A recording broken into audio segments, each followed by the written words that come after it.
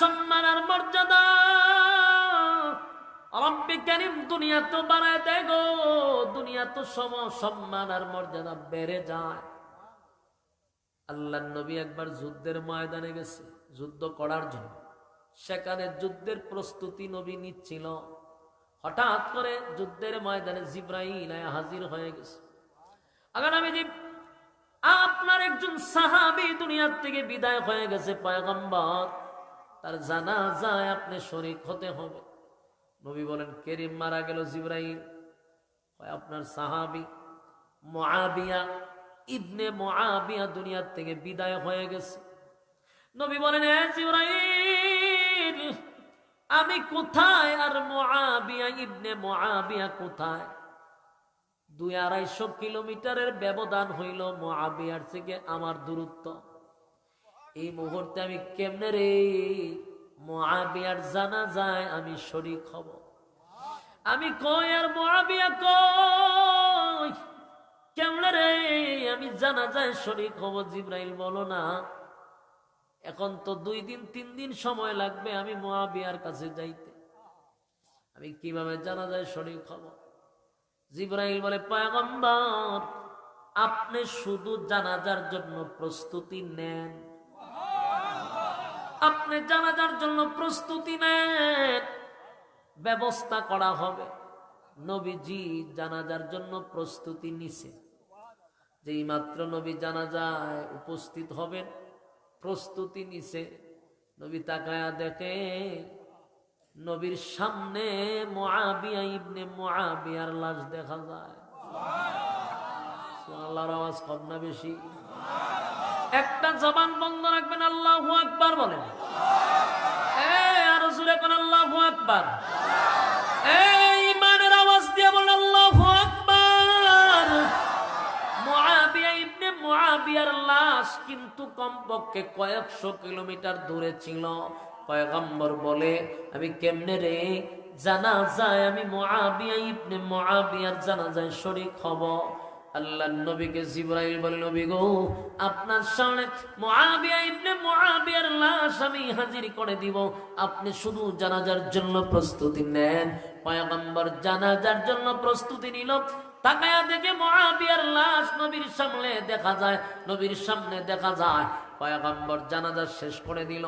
জানাজা শেষ, তাকায়া দেখে আকাশটা মেঘাচ্ছন্ন হয়ে গেছে, আকাশটা মেঘাচ্ছন্ন হয়ে গেছে। পয়গম্বর ডাকতে বলে, জিবরাইল, জানাজার আগেও দেখলাম প্রচন্ড রুদ্র, কিন্তু এখন যে আকাশটা মেঘাচ্ছন্ন হয়ে গেল, ঘটনা জানলাম না। জিবরাইল বলে, নবী গো, আপনি দেখতেছেন ওয়া মাওলানা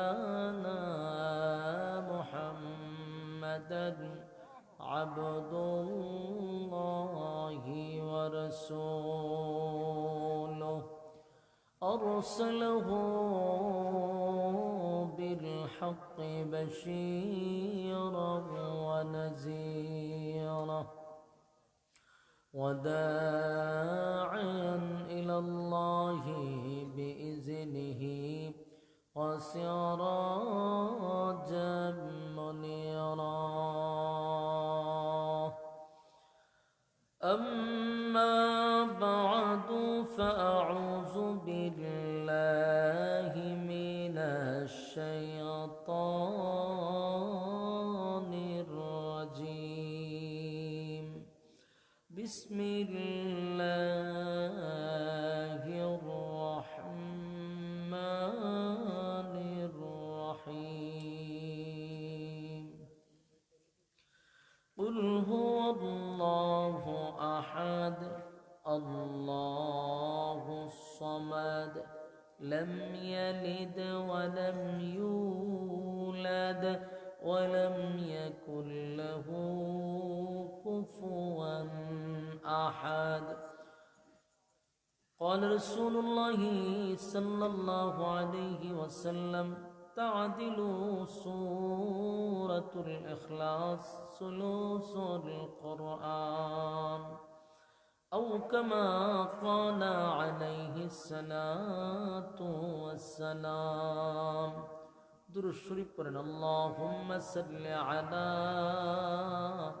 محمد وعلى آل محمد كما صليت على إبراهيم وعلى آل إبراهيم إنك حميد مجيد الحمد لله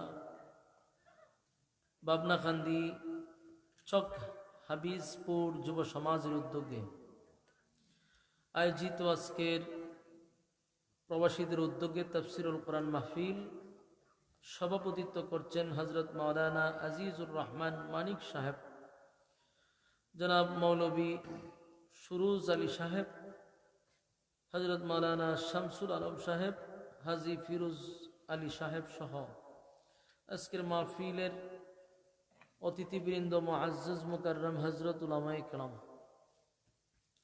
উপস্থিত আগত সমবয়সী তরুণ যুবক ভাইরা, মুরব্বিয়ানে আযম, আওয়াজ যত দূরে যায় অবস্থানরত পর্দানিশী মা বোনেরা, সকলকে আমার অন্তঃস্থল থেকে জ্ঞাপন করছি মোবারক সবটুকুন শুকরিয়া আল্লাহ সুবহান মহিয়ান গরিয়ান সর্বশক্তিমান আল্লাহ পাকের জন্য, যিনি অত্যন্ত দয়ামায়া করে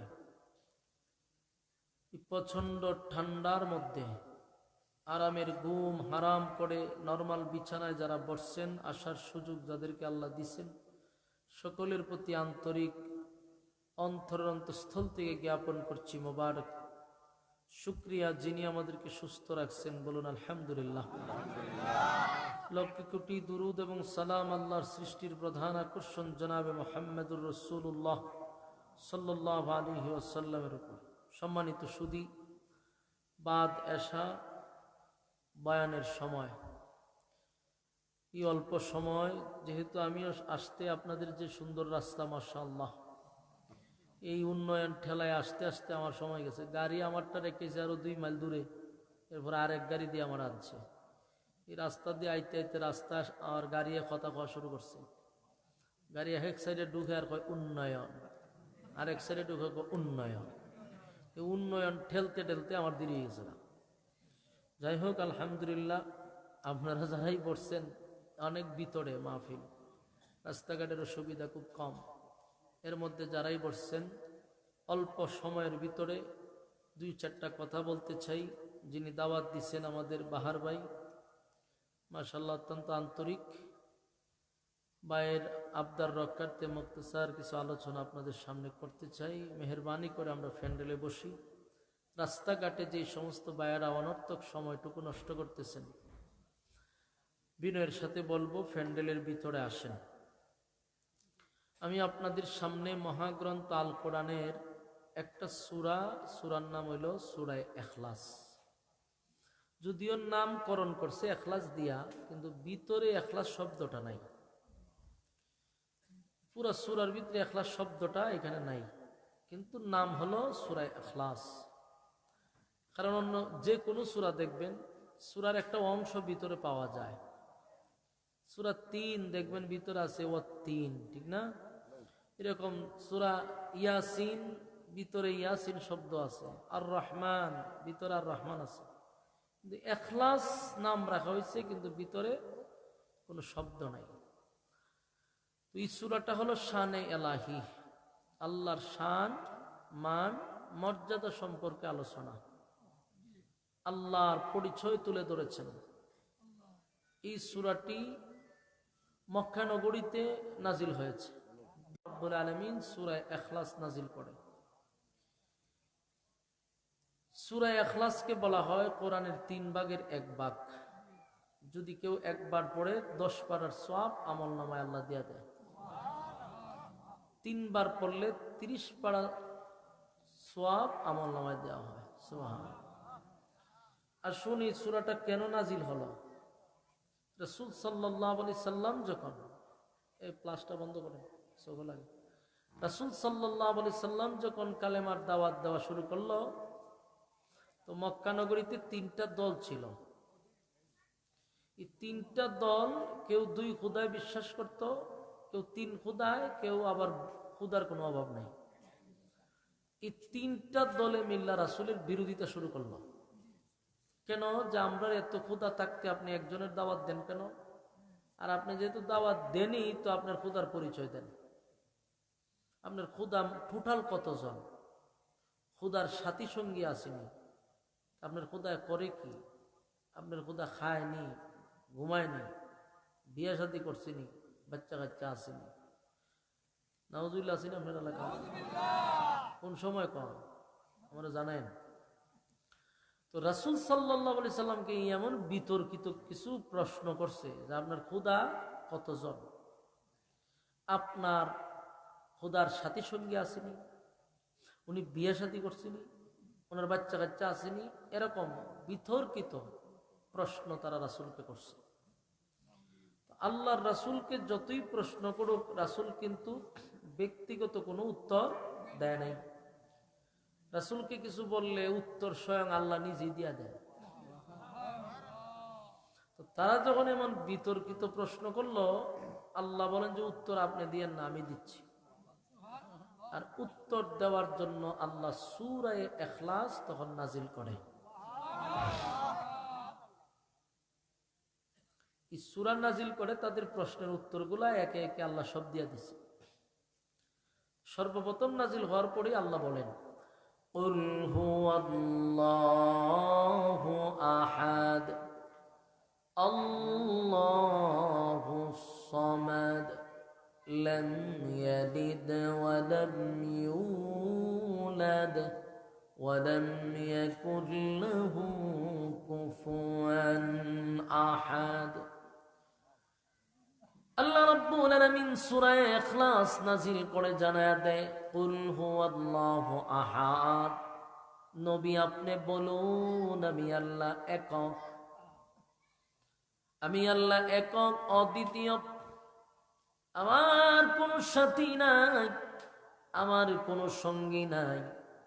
আল্লাহুস সামাদ, আমি অমুখাপেক্ষী, আমি কারো উপরে ডিপেন্ড করি না, কারো উপরে নির্ভর করি না। আল্লাহুস সামাদ, আমি অমুখাপেক্ষী। লাম ইয়ালিদ ওয়া লাম ইউলাদ, আমি কারো কাছ থেকে জন্ম নেই নাই, আমি কাউকে জন্ম দেই নাই। ওয়া লাম ইয়াকুল লাহু কুফুয়ান আহাদ, আমার সমতুল্য, আমার সমকক্ষ কেউ নাই। বেঈমানরা যখন প্রশ্ন করছে, আব্দুল্লাহর পুত্র মুহাম্মদ, তুমি যে একত্ববাদী খোদার দাওয়াত দাও, আমরা দ্বিত্ববাদী, আমরা তৃত্ববাদী, আমরা বহুবাদী, আমরা দুই খোদায় বিশ্বাস করি, তিন খোদায়, বহু খোদায়। তুমি দাওয়াত দাও একত্ববাদী খোদার, তোমার কাছে জানতে চাই গো, তোমার খোদার সাথী সঙ্গী কতজন? উনি কি একাই আছে না ওনার সঙ্গে সাথীও আছে? ওনার সাথী সঙ্গী কতজন? আল্লাহর হাবিবের কাছে জানতে চায় আমার মালিকের সঙ্গে কতজন আছে, সাথী সঙ্গী কতজন? আল্লাহ জবাব দেয়, নবী আপনি বলুন কুল হুয়াল্লাহু আহাদ, নবী আপনি বলুন আমি এক অদ্বিতীয়, আমার কোনো শরীক নাই, আমার কোনো ইলাহ নাই, সাথী সঙ্গী বলতে কেউ নাই। যুবক ভাই, দিলের কান লাগাইয়া কথাগুলি শুনবেন। আমার আল্লাহ একজন, আমার আল্লাহ একক, আমার আল্লাহ অদ্বিতীয়, আমার মালিকের পরে আর কেউ আছে? কথা হয় না।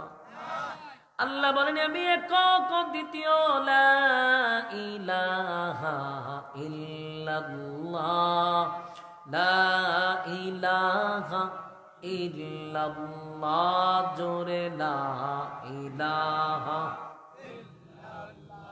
নেই কোনো মাবুদ আল্লাহ ছাড়া, নেই কোনো মাবুদ আল্লাহ ছাড়া, এক খোদার পর দুই খোদায়ার, তিন খোদা মোরা কিছু মানি না, বলো লা ইলাহা ইল্লাল্লাহ, বলো লা ইলাহা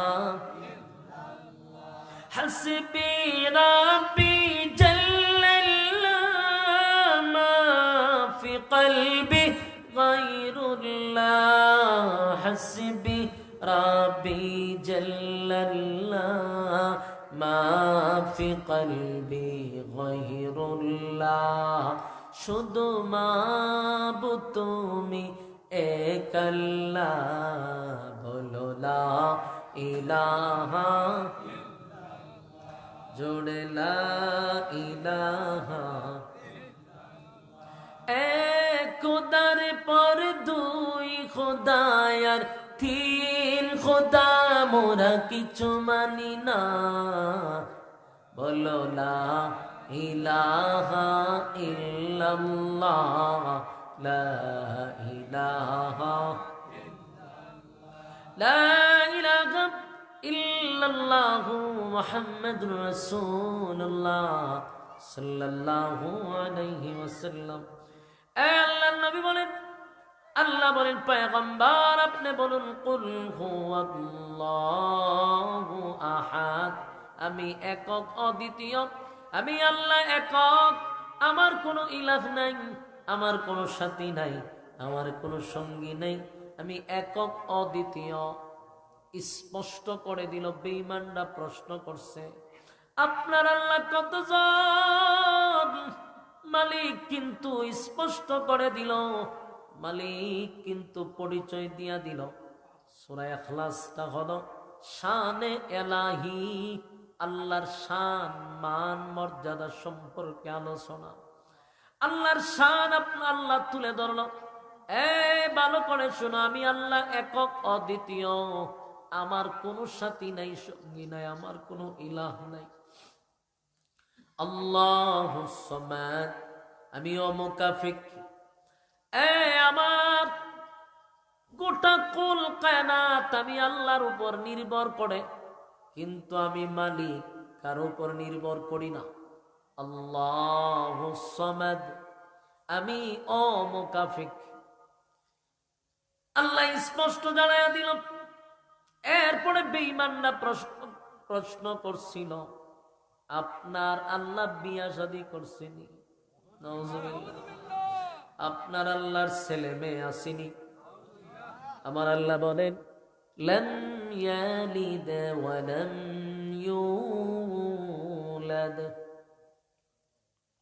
আমি আল্লাহ কারো কাছ থেকে জন্ম নেই নাই, আমি আল্লাহ কাউকে জন্ম দেই নাই। কথা স্পষ্ট করে দিল। আমি কারো কাছ থেকে জন্ম নেই নাই গো, আমি কাউকে জন্ম দেই নাই। ওয়ালাম ইয়াকুল লাহু কুফুয়ান আহাদ, আল্লাহর সমকক্ষ কেউ নেই। তারা জিজ্ঞাসা তোমার মালিকের শক্তি কেমন, তোমার মালিক কি করেটা কি? আল্লাহ কয় শুন, আমার সমতুল্য কেউ নাই। আসেনি কেউ? আল্লাহর সঙ্গে কেউ পাল্লা দিয়া পারছে? খোদা হয় না। নমরুদ নিজের খুদা দাবি করত, নিজে খুদা দাবি করত। ইব্রাহিম খলিলুল্লাহ ওনারে দাওয়াত দিছে, বার দাওয়াত দিছে, কিন্তু ফেরাউন কয় তোমার আল্লাহর শক্তি কতটুকু আছে? রাসূলের সামনে যেমন মক্কার মানুষ জিগাইছিল তোমার আল্লাহর শক্তি কতটুকু, আল্লাহ কয় ওয়ালাম ইয়াকুল লাহু কুফুয়ান আহাদ, আমার সমকক্ষ কেউ নাই। নমরুদ ইব্রাহিম নবীরে জিগায় তোমার আল্লাহর শক্তি কতটুকু, তোমার আল্লাহ কি আমি নমরুদের সঙ্গে পারবে? নাউজুবিল্লাহ। চিন্তা করেন কত মাথা মোটা। ইব্রাহিম খলিলুল্লাহ বলেন আমার মালিকের সমকক্ষ কেউ নাই। নমরুদে কয় দেখি তোমার আল্লাহরে বলো আমার সঙ্গে যুদ্ধ করবনি। চিন্তা করেন কত মাথা মোটা। তোমার মালিকরে বলো আমার সঙ্গে যেন যুদ্ধ করে। নমরুদ কয় আমি যুদ্ধ করার জন্য প্রস্তুত, বলো আমার সঙ্গে যেন তোমার আল্লাহ যুদ্ধ করে। আল্লাহর পয়গম্বর ইব্রাহিম খলিলুল্লাহ মালিকের কাছে বলে মালিক, তারে যতই আমি দিনের দাওয়াত দেই, কালেমার দাওয়াত তার কানে কানে পৌঁছায়া দেই, সে তত আমাকে মানুষের সামনে অপমান করে। আপনার সঙ্গে যুদ্ধ করতে চায়, সে নিজেকে বড় বড় মনে করে আর বলে তার সঙ্গে যুদ্ধ করার শক্তি কারণে। আমি কালেমার দাওয়াত দিতে যাই, উল্টা আমাকে বলে আমার মালিক যেন তার সঙ্গে যুদ্ধ করে। ইব্রাহিম খলিলুল্লাহ বহু বুঝাইলো, কিন্তু নমরুদ বুঝতে রাজি না। একটা পর্যায়ে আল্লাহর পয়গম্বর ইব্রাহিম খলিলুল্লাহ বলেন, মালিক সে আর মানুষ হবে না, সে মানুষকে বিভ্রান্ত করে, যতই দাওয়াত দেয় আমার অপমান করে, যুদ্ধ করতে চায়, যুদ্ধ করতে চায়, আপনি একটা ফয়সালা করে দেন। আল্লাহ বলেন, ইব্রাহিম নমরুদরে বলো সে যেন প্রস্তুত থাকে, আমার বাহিনী তার কাছে পাঠাইতেছি। নমরুদ শুই না বড় খুশি। নমরুদ তার সেনাবাহিনীদেরকে খবর দিল, ইব্রাহিমের আল্লাহ আমার সঙ্গে যুদ্ধ করবে, বাহিনী সব পাঠায়া দাও। কিতাবে লেখছে 50 কিলোমিটার পর্যন্ত নমরুদের বাহিনী ছিল। কি বুঝলেন? 50 কিলো এখান থেকে কত দূর? কথা হয় না, এখান থেকে ব্রাহ্মণবাড়িয়া হবে। এই ব্রাহ্মণবাড়িয়া লইয়া দুই নাই লইয়া খালি বাহিনী আর বাহিনী চিন্তা করে, কারণ এত পুরো পৃথিবীর বাদশা ছিল। নমরুদ বাহিনী লইয়া দাঁড়ায় আছে, তীর ধনুক নিয়ে দাঁড়ায় আছে, আল্লাহর সঙ্গে যুদ্ধ করবে। চিন্তা করেন কত বড় মাথা মোড়া। কতক্ষণ পরে পরে বলে, ইব্রাহিম আমার বাহিনী লইয়া দাঁড়ায় আছে, তোমার আল্লাহকে বলো আমার সঙ্গে যুদ্ধ করতে। তোমার আল্লাহর বাহিনী কোথায়? আল্লাহ বলেন, ইব্রাহিম কি বাহিনী পাঠাইব, কি এমন বাহিনী আমি পাঠাবো? ইব্রাহিম খলিলুল্লাহ বলে, মালিক আপনার বাহিনীর মধ্যে সবচেয়ে ছোট একটা প্রাণী পাঠায়া দেন না, হয় এর গার আরো বেশি মুড়ইব, ছোট একটা বাহিনী পাঠা। নমরুদ বারবার ইব্রাহিম খলিলুল্লাহরে ডাকে, কি ইব্রাহিম তোমার খোদার বাহিনী কোথায়? আমার বাহিনী রেডি। ইব্রাহিম খলিলুল্লাহ তাকায়া দেখে আসমানটা যেন, আকাশটা যেন মেঘাচ্ছন্ন হয়ে গেছে। এই নমরুদ তাকায়া দেখ, আমার মালিক কিন্তু বাহিনী পাঠায়া দিচ্ছে। নমরুদ দেখো বৃষ্টি আইব নাকি, কারণ কালো দেখছে বৃষ্টি আসবে। কয় না, বৃষ্টি আসার কথা না, বাহিনী আসার কথা। উপর থেকে কালো আকারের একটা ছায়ার মতো ঘুরতে ঘুরতে খালি নিচের দিকে নামতেছে, শা শা শব্দ করে। হঠাৎ করে তাকায়া দেখে, হাইরে এগুলোতে এমন এক বাহিনী, ছোট ছোট মশা আল্লাহ পাঠায়া দিচ্ছেন নমরুদ দ্বারা সাইজ করবার লাগে। চিন্তা করেন, আল্লাহর কি বাহিনী লাগে? কথা বল না দি, আমার মালিকের কোনো বাহিনীর প্রয়োজন হয় না। মশার মতো একটা বাহিনী আল্লাহ পাঠায়া দিছে নমরুদদের বাহিনীর সাথে। যেখানে নমরুদ তীর ধনুক লয়া দাঁড়ানো, সেখানে আল্লাহ পাঠাইছে একটা ছোট্ট মশা। মশা সা সা করে লেমে মাঠের ময়দানে সব দিকে ছড়াইয়া পড়ছে। নমরুদের বাহিনীর উপরে যখন আক্রমণ করছে, নমরুদের বাহিনী মারে একটা, খামড় দেয় 100টা। খামড় যখন দেয় তখন একটা দিতে পারে না, খামড় দেয় একসাথে 100টা। এটা তো সাধারণ কোনো মশা না। দুনিয়ার মশায় তো মানুষের রক্ত খায় গো। আল্লাহ যে মশা পাঠাইছে এটা রক্ত খায়, গোস্ত খায়। এটা যখন 50 কিলোমিটার এরিয়া নিয়ে বাহিনীর উপরে হামলা করছে, তারা তোর তীর ধনুক তরবারি ফালাইয়া শুধু মশার মধ্যে তাফায়। মশারে মারে একটা, কামড় দেয় 100টা। আর হ্যামলেটের ভিতর দিয়া নাকে দিয়া ঢুকছে, খানে দিয়া ঢুকছে, মুখে দিয়া ঢুকছে, মগজ গিয়া খামরানি শুরু করছে। কি বুঝায়? নাকে মুখে দিয়া রক্ত বাহির হইতেছে। সবগুলা বাহিনী মাটিতে পইরাইয়া গইরাইয়া গইরাইয়া চিৎকার দেয়, মগজ সুদা খামরাইয়া একেবারে ফেনা ফেনা করে গেছে। ভয়াবহ পরিস্থিতি। বেশি সময় নয়, 5-10 মিনিটের ভিতরে পুরা মাঠ খানায় খানায় সাফ হয়ে গেছে, সমান করে গেছে। আল্লাহ একটা প্রতিবন্ধী মশারে পাঠায়া দিল নমরুদের কাছে। নমরুদের নাকে দিয়া ডুইকা মগজ গিয়া যখন কামড় মারছে, নমরুদে উপর দিকে খালি লাফায়। নমরুদও শেষ, মশার কামড়ে নমরুদাও শেষ। বলুন আল্লাহর শক্তির সাথে কারো মোকাবেলা করা সম্ভব? নমরুদা চাইছিল শেষ নেই, কথা হয় না? নমরুদ আল্লাহর সাথে যুদ্ধ করতে চায়, আল্লাহ কি পাঠাইছে? মশা। এই জন্য আল্লাহ বলেন ওয়ালাম ইয়াকুল লাহু কুফুয়ান আহাদ। যুদ্ধ করতে চাও, আল্লাহর সঙ্গে মোকাবেলা করার শক্তি কারো আছে? বেঈমানরা বলে আব্দুল্লাহর পুত্র মুহাম্মদ, তোমার মালিকের ক্ষমতা কতটুক, শক্তি কতটুক? আল্লাহ কয় ওয়ালাম ইয়াকুল লাহু কুফুয়ান আহাদ, আমার সমকক্ষ আর কেউ নাই। সুবহানাল্লাহ। তাহলে স্পষ্ট হয়ে গেল সূরা ইখলাস কুল হুয়াল্লাহ সূরাটা নাজিল করে দাঁত ভাঙা জবাব কিন্তু আল্লাহ দিয়া দিছে। বেঈমানরা কিন্তু রাসূলের যা প্রশ্ন করছিল, আমার আল্লাহ কিন্তু তার জবাব দিয়া দিছে। আবার বেঈমানরা প্রশ্ন করতে পারে, আপনার মালিক যদি আসমান চালায়, জমিন চালায়, সূর্য চালায়, চন্দ্র চালায়, গ্রহ চালায়, আপনার মালিকের কি কোনো ব্যস্ততা নাই, কোনো বিশ্রামের প্রয়োজন নাই? মালিকের কি ঘুমে ধরে না, তন্দ্রা ধরে না?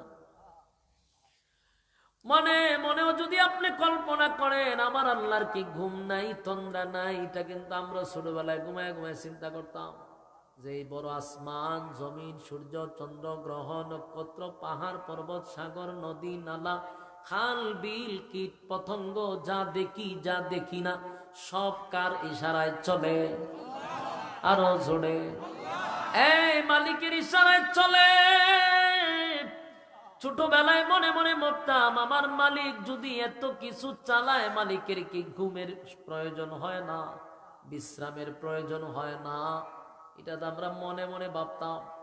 বড় হইয়া দেখি কিতাবে লেখছে মুসা নবী এরকম ভাবছে। আমরা ভাবছি না, মুসা নবীও ভাবছে। মুসা নবী একবার মনে মনে মনে মনে কল্পনায় কল্পনায় ভাবতেছিল, আমার মালিক যার ইশারায় কুল কায়নাত পরিচালিত হয়, আমার মালিকের কি একটু বিশ্রামের প্রয়োজন নাই? আমার মালিকের কি তন্দ্রা লাগে না? বলুন তো, মুখ দিয়া বলছে না মনে মনে? মনে মনে মনে মনে ভাবতে ছিল। হঠাৎ করে তাকায়া দেখে জিবরাইল আলাইহিস সালাতু ওয়াস সালাম মুসা নবীর সামনে দাঁড়ায় আছে। মুসা নবী জিজ্ঞাসা করে, জিবরাইল, ও সময়ে তুমি আমার কাছে আসলা, ঘটনা কি? বলে, পয়গম্বর, ঘুমাইয়া ঘুমাইয়া আপনি কি ভাবতেছেন? আমার আল্লাহর ঘুম আসেনি, আমার আল্লাহর তন্দ্রা আসেনি, তিনি ঘুমায় ঘুমায় ভাবেন। মুসা নবী লাভ দিয়া দাঁড়ায় গেছে। ওইটা তো আমি মনে মনে ভাবছিলাম, তুমি জানো কেমনে?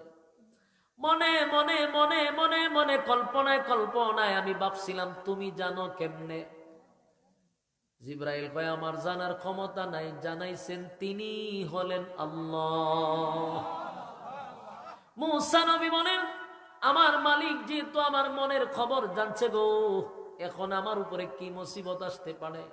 বলে, মুসিবত হইল দুইটা হাতে গ্লাস লই আপনি দাঁড়ায় থাকবেন, বসতেও পারবেন না, শুইতেও পারবেন না, হাঁটতেও পারবেন না, এক জায়গায় দাঁড়ায় থাকবেন, পানি পড়তেও পারবে না, গ্লাসও লড়তে পারবে না। মুসা নবী কয়, মনে মনে বাইবাও শান্তি নাই। হাতে দুইটা গ্লাস লইয়া দাঁড়ায় রইল। জিগায়, জিবরাইল রে, কতক্ষণ দাঁড়ায় থাকবো বলে জানি না। দাঁড়ায়া রইল সারা দিন, দাঁড়ায়া থাকতে থাকতে থাকতে সন্ধ্যা হয়ে যায়। জিবরাইলও আসে না, মুসা নবীও বসতে পারে না।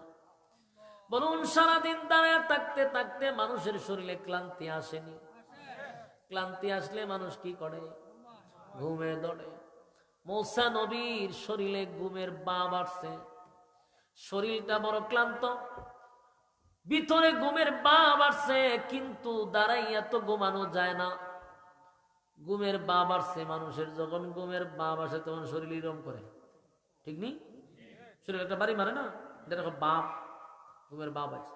দাঁড়ায় তোর ঘুমানো জানা হইতে লারা মারছে, লারা মারতে গ্লাস দুটো ফিরে গেছে। গ্লাস দুইটা মাটিতে পড়ছে, পানি আসেনি আর পানিও পড়ছে। জিব্রাইল হাজির। জিব্রাইল কয় গ্লাস ভাঙলেন কেমনে, পানি পড়লো কেমনে?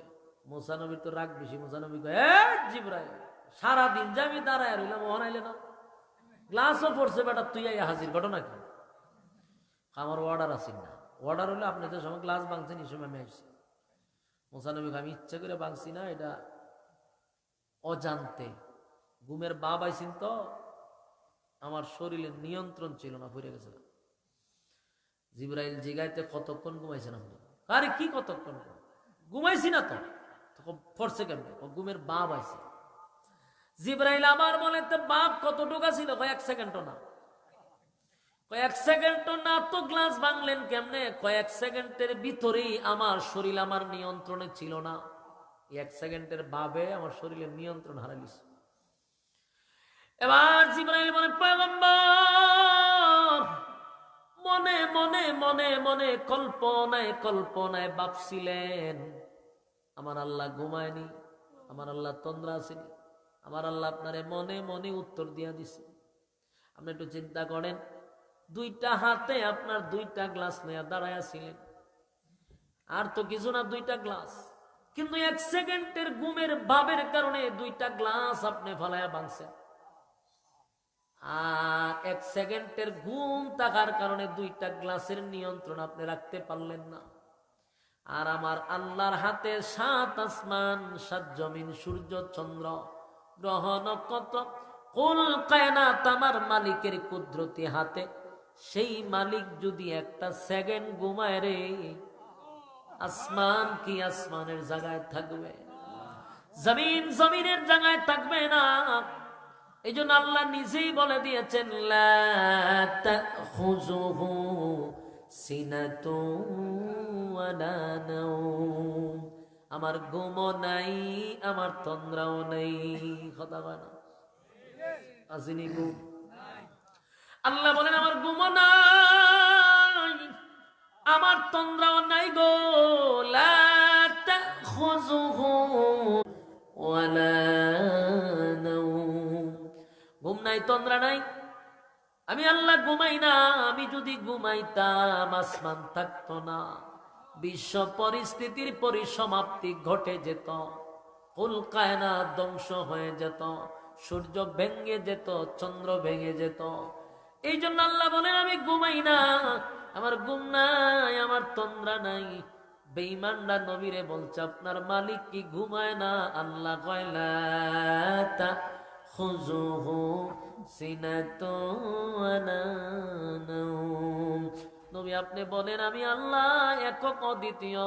এই সূরা ইখলাস নাজিল করে জানায়, আর এই অংশটা আয়াতুল কুরসির মধ্যে পাবেন লা তাখুযুহু সিনাতুন ওয়ালা নাওম, আমার ঘুমও নাই, আমার তন্দ্রাও নাই। মোট কথা বেঈমানরা যতগুলা প্রশ্ন করছিল আমার আল্লাহ উত্তর দিয়েছিনি, কথা হয় না। সূরা ইখলাস নাজিল করে রব্বে কারীম তাদের প্রশ্নের জবাব দিয়া দিছে। এ যুবক ভাই, এটা হলো নাজিলের কারণ শুনলেন, সরল তরজমা শুনলেন। এখন আসুন সূরা ইখলাসের সামান্য কিছু ফজিলত বলে আমি বিদায় হয়ে যাচ্ছি। ফজিলত শোনা দরকার আছে না?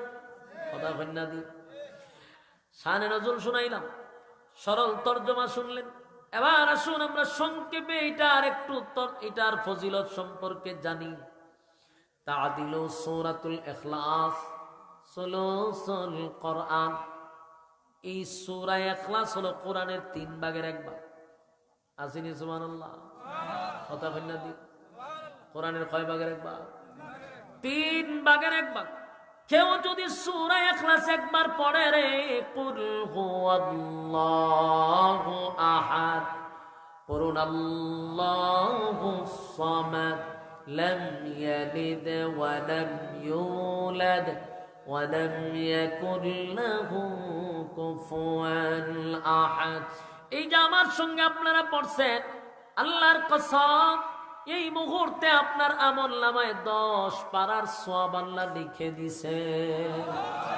করুণার একবার কুল হুয়াল্লাহু আহাদ আল্লাহুস الصمد لم يلد ولم يولد ولم يكن له كفوا أحد দুইবার পড়ার সাথে সাথে 20 পারার সওয়াব আল্লাহ আমলনামায় লেখা দিয়েছে সুবহানাল্লাহ আরেকবার পড়ুন কুল হুয়াল্লাহু আহাদ আল্লাহুস সামাদ লাম ইয়ালিদ ওয়া লাম ইউলাদ ওয়া লাম ইয়াকুল লাহু কুফুয়ান আহাদ এই যে আমার সঙ্গে 3 বার পড়ছেন আল্লাহর কসম মালিক বলেন আল্লাহর নবী বলেন 3 বার পড়ার সাথে সাথে একটা খতমের সওয়াব আমি আল্লাহ প্রত্যেকের আমলনামায় লিখে দিছি আমলনামায় লিখে দিছি যুবক ভাই প্রত্যেকের আমলনামায় কিন্তু এই মুহূর্তে এক খতম কোরআনের সওয়াব আল্লাহ লিখে দিছে খুশি না বেজা এটা হইল যদি কেউ 3 বার পড়ে এক খতম কেউ যদি 10 বার পড়ে 10 বার প্রতিদিন যদি 10 বার পড়ে পয়গম্বর বলেন কেউ যদি সূরা ইখলাস 10 বার পড়ে 10 বার পড়ে 10 বার পড়ে আল্লাহর নবী বলেন জান্নাতের ভিতরে তার নামে একটা একটা করে বাড়ি বানায়া দেওয়া হয় 10 বার পড়লে বাড়ি কয়টা জুড়ে কোন কয়টা আর জুড়ে 10টা বাড়ি দেওয়া হয় কয়বার পড়লে 10 বার পড়লে একটা বাড়ি 100 বার পড়লে 10টা কথা হয় না বলুন 10 বার পড়লে কটা বাড়ি একটা 100 বার পড়লে 10টা এখন প্রতিদিন যদি 10 বার কইরা পড়ি জান্নাতে একটা করে বাড়ি দেওয়া হবে এখন তো আপনারা যেভাবে সুবহানাল্লাহ কইছে এটা বাকি এই জন্য মনে করতেছেন যে বিশ্বাস হইতে পারে না হইতে পারে যদি বলা হইতো যে প্রধানমন্ত্রীর বাপের নাম জয় বাংলা জয় বঙ্গবন্ধু কেউ যদি 100 বার পড়তে পারে তাহলে একটা ছোট্ট একটা সিগারেটের প্যাকেট দেওয়া হইব দেখতেন কতবার খতম বসটা একটা সিগারেটের প্যাকেটের লাগে কথা বল না দি আর আল্লাহ কয় 10 বার বলে জানা তো বাড়ি দিমু এইখানেও নাই সুবহানাল্লাহ এইখানে এরা বিশ্বাসই করতে রাজি না এই জন্য সাহাবায়ে কেরামদের সামনে যখন নবী ওয়াজ করত সাহাবায়ে কেরাম এই সমস্ত অফার শুনলে লাভ দিয়া পাগল হয়ে যেত যে আমি 10 বার পড়ব আমার একটা বাড়ি হবে পাগল হয়ে যেত আর আমরার কাছে এটা বিশ্বাসই হয় না কারণ দুনিয়াটারে নগদ মনে করে আর পরকালটারে মানুষ বাকি মনে করে আল্লাহর নবী বলেন 10 বার পড়লে একটা বাড়ি জান্নাতের ভিতরে দেওয়া হবে মানুষ যদি আমল করে সূরা ইখলাস এমন একটা সূরা কেউ যদি প্রতিদিন এমনি পড়তে থাকে হাঁটতে হাঁটতে পড়ে অনর্থক কথা না বলে যদি সূরা ইখলাস পড়ে বেহুদা কথা না বলে যদি সূরা ইখলাস পড়ে তার প্রতিদিনের রুটিনের মধ্যে যদি সূরা ইখলাস থাকে আল্লাহর নবী বলেন তার সম্মান আর মর্যাদা দুনিয়াতেও বেড়ে যায় সুবহানাল্লাহ তার সম্মান আর মর্যাদা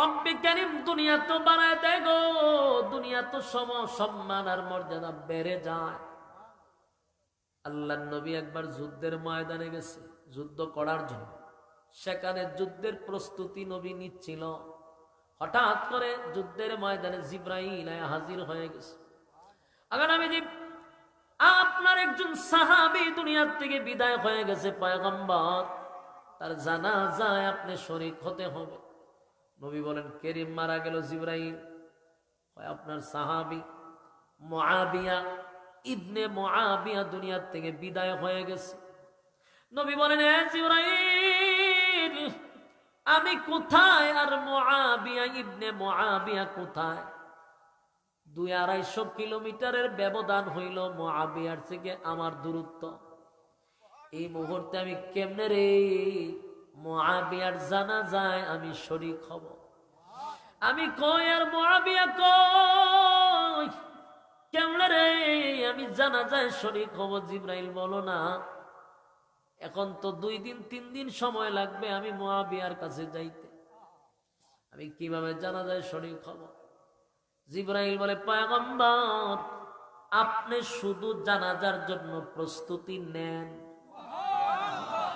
আপনি জানাজার জন্য প্রস্তুতি নেন ব্যবস্থা করা হবে। নবীজি জানাজার জন্য প্রস্তুতি নিছে।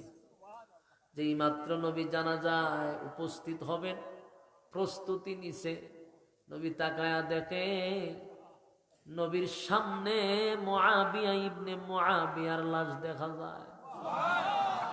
সুবহানাল্লাহর আওয়াজ কম না বেশি? একটা জবান বন্ধ রাখবেন, আল্লাহু আকবার বলেন। আর জোরে কোন আল্লাহু আকবার। ঈমানের আওয়াজ দিয়ে বলেন আল্লাহু আকবার। মুআবিয়া ইবনে মুআবিয়ার লাশ কিন্তু কমপক্ষে কয়েকশো কিলোমিটার দূরে ছিল। পয়গম্বর বলে, আমি কেমনে রে জানাজায় আমি মুআবিয়া ইবনে মুআবিয়ার জানাজায় শরীক হব? আল্লাহর নবীকে জিবরাইল বলে, নবী গো, আপনার সামনে মুআবিয়া ইবনে মুআবিয়ার লাশ আমি হাজির করে দিব, আপনি শুধু জানাজার জন্য প্রস্তুতি নেন। পয়গম্বর জানাজার জন্য প্রস্তুতি নিল। তাকায়া দেখে মুআবিয়ার লাশ নবীর সামনে দেখা যায়, নবীর সামনে দেখা যায়। পয়গম্বর জানাজা শেষ করে দিল। জানাজা শেষ, তাকায়া দেখে আকাশটা মেঘাচ্ছন্ন হয়ে গেছে, আকাশটা মেঘাচ্ছন্ন হয়ে গেছে। পয়গম্বর ডাকতে বলে, জিবরাইল, জানাজার আগেও দেখলাম প্রচন্ড রুদ্র, কিন্তু এখন যে আকাশটা মেঘাচ্ছন্ন হয়ে গেল, ঘটনা জানলাম না।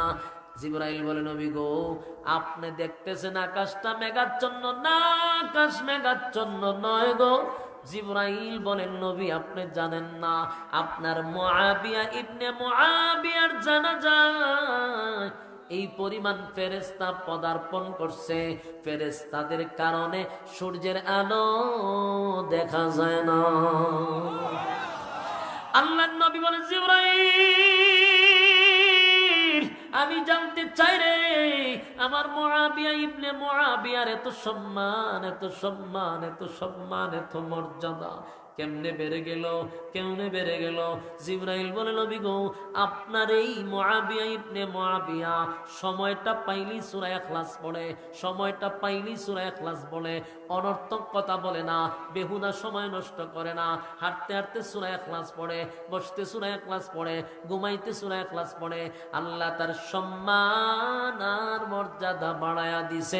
জোরে কোন সুবহান। পড়তে রাজি আসেননি? খোদাগণ রাজি আছেন? কয়বার? কমপক্ষে 3 বার, উপরে 10 বার, এরপর 100 বার। পারবো তো ইনশাআল্লাহ? শুনেন, যদি আমল করেন, বলুন, এই সূরা ইখলাস এখন আসেনি? কুল ফাল্লাহ সূরা আসেনি? আল্লাহ আসেনি?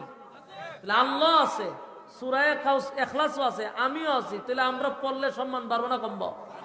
আল্লাহ সম্মান বাড়ায়া দিব যদি আপনি ইখলাসের সাথে সূরাটা পড়েন। পারবেন ইনশাআল্লাহ?